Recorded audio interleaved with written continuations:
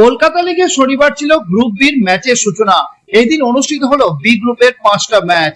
First division থেকে premier ডিভিশনে উঠে এসে এই দিন প্রথম ম্যাচে সাদ্দাম সমিতির বিরুদ্ধে 2-2 গোলে ড্র করলো শ্রীভূমি স্পোর্টিং। অন্যদিকে ওয়ারির বিরুদ্ধে 1-0 গোলে জিতল খিদিরপুর। প্রথমবার প্রিমিয়ার ডিভিশনে উঠে এসেই প্রথম ম্যাচই জয় পেল ইউনাইটেড কলকাতা স্পোর্টস ক্লাব। তারা 1-0 গোলে হারালো ক্যালকাটা পুলিশকে। অপর ম্যাচে এদিন অ্যাসোস রেনবোর বিরুদ্ধে 1-1 গোলে ড্র করলো ভবানীপুর।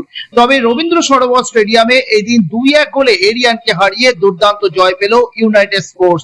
প্রথম থেকেই আক্রমণের ঝড় তুলেছিল ইউনাইটেড স্পোর্টস। 23 মিনিটে সাহিল হরিজনের বাড়ানো বলে গোল করে ইউনাইটেড স্পোর্টসকে এগিয়ে দেন লালরিম রুইতা। এরপর 28 মিনিটে এরিয়ানের পোস্ট লক্ষ্য করে দুর্দান্ত গোল ইউনাইটেড স্পোর্টসের তরুণ তুর্কি সাহিল হরিজনের। 2 গোলে এগিয়ে যায় ইউনাইটেড স্পোর্টস। 2-0 গোলে শেষ হয় ম্যাচের প্রথমার্ধ। তবে ম্যাচের 83 মিনিটে পেনাল্টি সুযোগ পায় এরিয়ান, আর পেনাল্টিতে সৌভিকের গোলে ব্যবধান কমায় এরিয়ান। খেলার ফলাফল দাঁড়ায় 2-1। তবে এরপর আর ম্যাচে কোনো গোল আসেনি, ফলে 2-1 গোলে প্রথম ম্যাচ জিতে নিল লালকমল ভৌমিকের দল। তবে এই দিনের ম্যাচের পর দুই দলই রবীন্দ্র সরোবর স্টেডিয়ামে অত্যন্ত জঘন্য মাঠের পরিস্থিতি নিয়ে সরব হয়েছেন এরিয়ানের কোচ রঞ্জন চৌধুরী এবং ইউনাইটেড স্পোর্টস এর কর্ণধার নবাব ভট্টাচার্য। দুইজনই একই অভিযোগ, এত খারাপ মাঠে কলকাতা লিগের প্রিমিয়ার ডিভিশনের ম্যাচ খেলতে হলে ভালো ফুটবল উপহার দেওয়া সম্ভব নয়, যে কোনো সময় দুর্ঘটনা ঘটে যেতে পারত। তাই এই বিষয়ে সচেতন হওয়া উচিত বঙ্গ ফুটবল সংস্থার। লিগ খেলা জিতবে হারবে লেগেই থাকবে।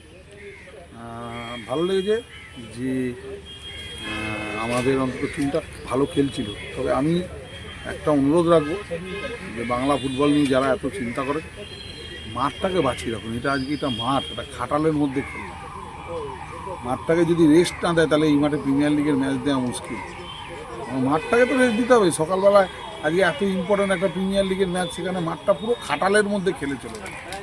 কপাল ভালো আমরা জিতেছি, নাও জিততে পারতাম। এসব বল আটকে গেছে কাদায়। তো বাংলার ফুটবল নিয়ে ভালোবাসুন, বাংলার ফুটবলকে ভালোবাসুন, বাঙালি প্লেয়ারকে ভালোবাসুন, কিন্তু মাঠটাও বাঁচিয়ে রাখুন। আমাদের মাঠটা খুব বিপক্ষে গেছে।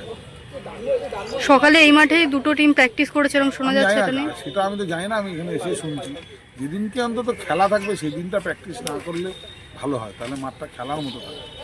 আজকে এটা খেলার মতো মাঠ ছিল, এটা খুব দুর্ভাগ্যজনক। আমাদের ওদিকে নৈহাটিতেও খেলা হয়, কল্যাণীতেও খেলা হয়, সমস্ত মাঠে খেলা হয়, সব মাঠে গিয়ে খেলে। আর এখানে কি মাঠটার অবস্থা, মাঠের অবস্থা খুব খারাপ। অনেকে আমার বলে মাঠের এক্সকিউজ, আরে মাঠ হচ্ছে মিনিমাম ইনফ্রাস্ট্রাকচার। সেক্ষেত্রে এত ভারী মাঠ, এর মধ্যে সকালে এই মাঠে প্র্যাকটিস হয়েছে, মাঠ পুরো ঘেটে ছিল একদম। উভয় পক্ষেরই প্রবলেম হয়েছে। আর ফার্স্ট ম্যাচ যে কোনো টিমের জন্য ক্রুশিয়াল থাকে, কারণ ওটা হচ্ছে যেহেতু যে কোনো টুর্নামেন্টের first match, in any short of tournament first match is very vital, very important. তো সেক্ষেত্রে যখন এই ধরনের প্রতিকূলতা হয় তখন উভয় পক্ষেরই সমস্যা হয়।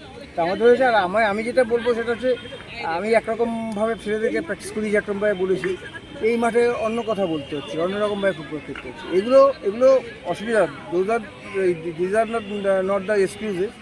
কিন্তু লিগের প্রথম ম্যাচ, মোস্টলি সবাই চেনা প্লেয়ার, 1-2 জন ইনক্লুড হয়েছে। আমি স্পেশাল থ্যাঙ্কস দেবো রফিককে, আমাদের সিনিয়র প্লেয়ার, আমার সাপোর্ট টিমকে গাইড করে খেলাচ্ছে। ওভারঅল এইসব লিগে জেতাটা খুব ইম্পর্টেন্ট, 3 পয়েন্ট খুব ইম্পর্টেন্ট। লম্বা লিগ আছে, তো সেই ক্ষেত্রে আমাদের আরও অনেক উন্নতি করার জায়গা আছে, যেগুলো আমাদের আরও উপরে কাজ করতে হবে, যেগুলো আমাদের কাছে ভালো মতো হয়নি। আর এই বিষয়ে আমরা কথা বলেছিলাম আইএফএস সেক্রেটারি অনির্বাণ দত্তের সঙ্গে। তিনি জানান এই মুহূর্তে মাঠের অভাব রয়েছে, তাই প্রাথমিক পর্যায়ে কয়েকটা ম্যাচ এই মাঠে খেলতে হবে। তবে পরবর্তী রাউন্ডগুলোতে এই বিষয় নিয়ে ভাবনা চিন্তা করা হবে। এই রবীন্দ্র সরোবর স্টেডিয়ামের যে আজকে কন্ডিশন দেখলাম, অত্যন্ত খারাপ একটা কন্ডিশন। সকালে প্র্যাকটিসের পর আবার ম্যাচ হচ্ছে। ইউনাইটেড স্পোর্টস এরিয়ান দুই পক্ষ থেকে কিন্তু এটা নিয়ে কিন্তু অভিযোগ করা হচ্ছে যে এই মাঠে খেলা হলে যে কোনো সময় দুর্ঘটনাও ঘটতে পারে। আমাদের কাছে মাঠ খুব লিমিটেড আছে, এবং মাঠটা তো আমাদের নয়, মাঠগুলো সবই সরকারের আন্ডারে। কলকাতার 3টে মাঠ রেডি হয়নি, তো সেই ক্ষেত্রে আমাদের তো কিছু করার নেই। উপায় কি আছে বলো? সেক্ষেত্রে কি প্র্যাকটিসটা যেহেতু সকালে প্র্যাকটিসের পর আবার ম্যাচ হচ্ছে, সেই এই মাঠগুলো, ওই যে বললাম, মাঠগুলো আমাদের আন্ডারে নয়, গভর্নমেন্টের আন্ডারে।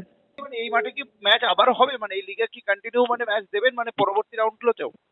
কিছু ম্যাচ হয়তো ইনিশিয়াল স্টেজে পড়বে, তারপরে আমরা অ্যাভয়েড করার চেষ্টা করব। কলকাতার 3টে মাঠ এসে গেলে পরে আমাদের পক্ষে কিছুটা ইজি হবে, আচ্ছা তখন আমরা হয়তো অ্যাভয়েড করার চেষ্টা করব। আচ্ছা আচ্ছা। ঠিক আছে ঠিক আছে ঠিক আছে, থ্যাংক ইউ। বাংলায় মাঠের সমস্যা। একই মাঠে সকালে অনুশীলন আর দুপুরে প্রিমিয়ার ডিভিশনের গুরুত্বপূর্ণ ম্যাচের আয়োজন করা হয়, তবে এই সমস্যার কারণে কোনো প্লেয়ারের দুর্ঘটনা ঘটে গেলে তার দায় কে নেবে, সেই প্রশ্ন থেকেই যায়। সৌরভ রায় রিপোর্ট, স্কাই নিউজ বাংলা।